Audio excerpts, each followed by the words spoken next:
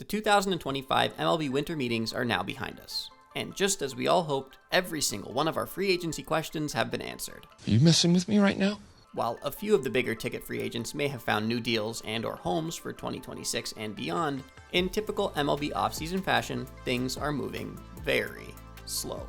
And while many are dissecting the biggest deals signed so far, show me the money. I've chosen to focus on 8 of the smaller and lesser publicized deals that I think could pay off for both the players and teams that elected to sign them. My requirements for a signing to be considered for this list is that the deal signed needs to be for 2 years or less, and for less than a $10 million AAV. So without further ado, let's give these smaller deals some time in the spotlight. Very few baseball fans in the state of New York are currently happy about how their favorite team has handled the offseason so far. And while I completely understand that perspective, I do want to give the Yankees some credit for at least getting one thing right so far.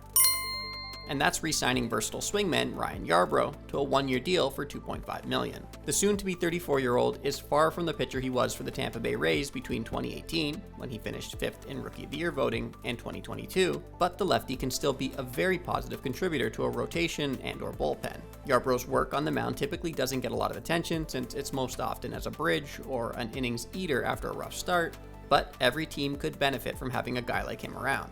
In 2025, the Yankees even turned to Ryan to make 8 starts, and aside from one ugly outing against the Red Sox in June, he was largely very effective, surrendering 2 runs or less in his 7 other starts while covering 4 to 6 innings of work, something that the Yankees are likely going to need again in 2026, with Garrett Cole, Carlos Rodon, and Clark Schmidt all expected to not be ready for opening day. If Yarbrough can stay healthier in 2026 than he did in 2025, I fully expect him to be a solid piece for the Yankees at a very low price point. Staying in the AL East, the second under-the-radar signing I'd like to highlight is Cedric Mullins agreeing to join the Tampa Bay Rays for 1 year at $7 million with a $10 million mutual option for 2027. While Mets fans may be laughing at this selection while simultaneously saying good riddance to their failed deadline acquisition, Orioles fans know that Cedric is no slouch.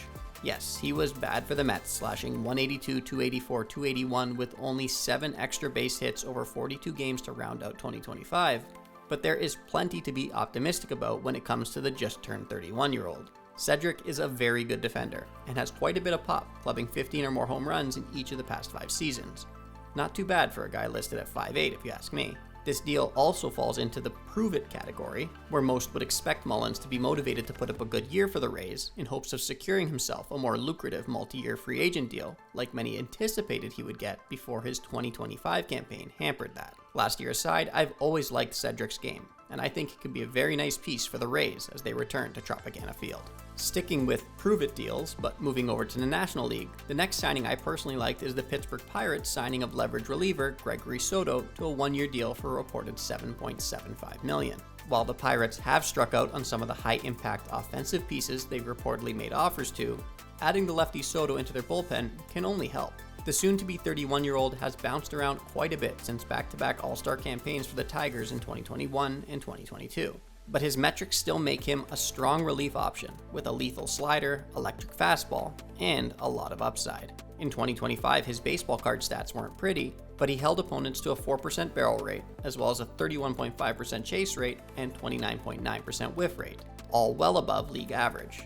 With the current state of the Pirates' pitching staff, it's easy to see Soto sliding right into one of the primary back-end roles, with the primary task of handling the opponent's best lefties on a regular basis. While it's hard to imagine his addition being enough to make the Pirates competitive in 2026, he, like Mullins, should be motivated to put up a big year, and should the team fall out of it, he could also be one of the best available arms at the deadline that the Pirates could then flip for a future piece or two. The next under-the-radar signing I'm a big fan of is the Rangers' addition of catcher Danny Jansen for 2 years at $14.5 million. Drafted by the Blue Jays in the 16th round of the 2013 draft, Jano spent most of his career north of the border, before bouncing around a bit over the past 2 seasons. At the plate, Jansen has pop, and behind the plate, he can block with the best of them, but his pitch framing and inability to hold runners have always left plenty to be desired. That aside, the biggest piece hindering Jano's career thus far has been an inability to avoid the injured list, however most often from freak incidences rather than places of primary concern.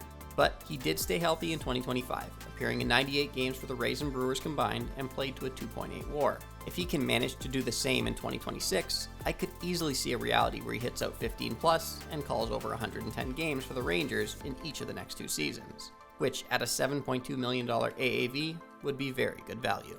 Speaking of former Blue Jays, the next high upside short-term deal I'd like to highlight is the Angels signing of Alek Manoah for 1 year at $1.95 million. The ceiling for Alek after a 2022 campaign where he finished third in Cy Young voting seemed sky high.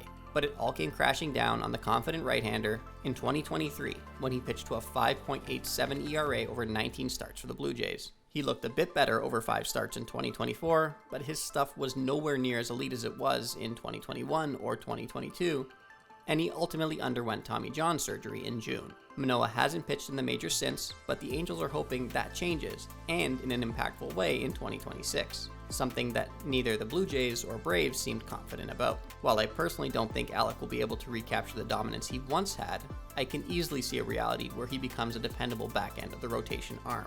And on a $1.95 million flyer deal, I think the seemingly always rebuilding Angels took a very low gamble on a 27-year-old that could end up being a nice piece of a rotation that desperately needs them.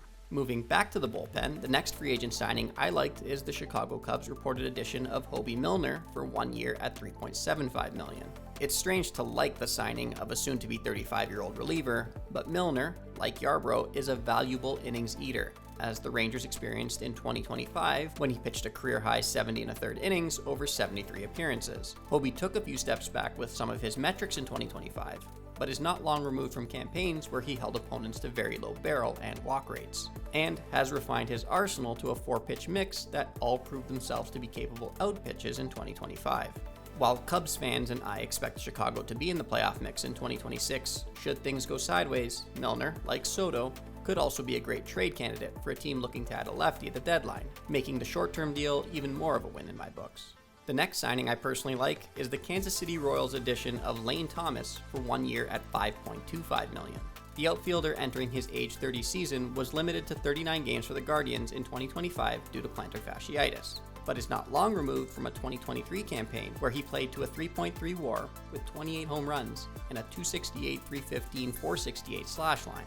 After losing Mike Yastrzemski to the Braves, the Royals needed another outfielder, and Thomas should be exactly that at a very reasonable price point. His arm strength has always been one of his greatest assets, but at the very least his bat against lefties should be a big factor, with the career slash line of .292, .359, .500 against southpaws. Putting up big power numbers won't be easy in Kansas City, but a healthy Thomas should be a good piece for our fringe team hoping to claim a wildcard spot like they did in 2024. My final favorite under-the-radar signing of the offseason so far is the LA Dodgers', I'll say obligatory, re-signing of World Series Game 7 hero Miguel Rojas. If you haven't already checked it out, be sure to watch my entire video on Rojas' unexpected heroics, linked above and at the end of this video, but re-signing Miggy Ro was a must for the Dodgers this offseason. The versatile utility man is an elite defender that may not put up very pretty cumulative offensive numbers, but he generally gives you a professional at-bat and can come through in the clutch, as Jeff Hoffman and the Blue Jays now painfully know. I do think that the $5.5 million price point is above Rojas' market value based on output, but I'm glad that the budgetless Dodgers gave him that amount regardless of what he does for them in 2026. Those are my top 8 under-the-radar signings of the offseason so far. Let me know your thoughts on any of them via the comment section, and share any others that you personally think should have been included. And of course, be sure to subscribe for plenty more baseball content.